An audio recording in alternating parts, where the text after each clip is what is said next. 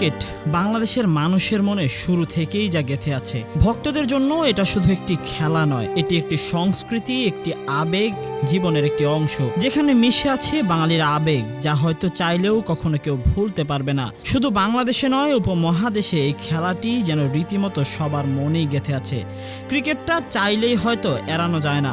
প্রতিটি ম্যাচ, প্রতিটি বল, প্রতিটি রান এখানে মানুষের অনুভূতির সঙ্গে গাঁথা। কিন্তু ক্রিকেটের এত জনপ্রিয়তার পেছনে কি শুধু স্কোরবোর্ডের রানের গল্পই আছে? না, এখানে আছে আরও গল্প, আরও ঘটনা যা চাইলেও মানুষ এড়াতে পারে না।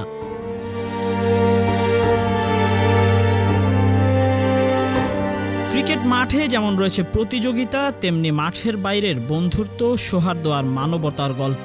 2011 সালের বিশ্বকাপের ফাইনালে ভারত শ্রীলঙ্কা লড়াই নয়, দুই দলের ভক্তদের আবেগ ছিল এই ম্যাচে।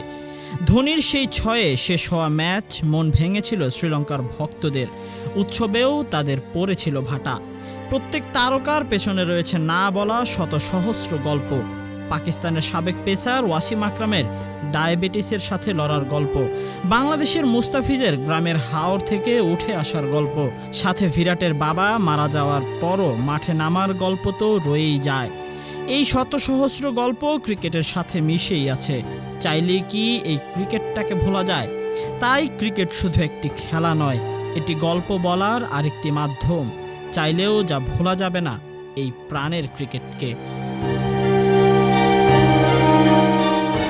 Tahsin Ahmed, BD archive.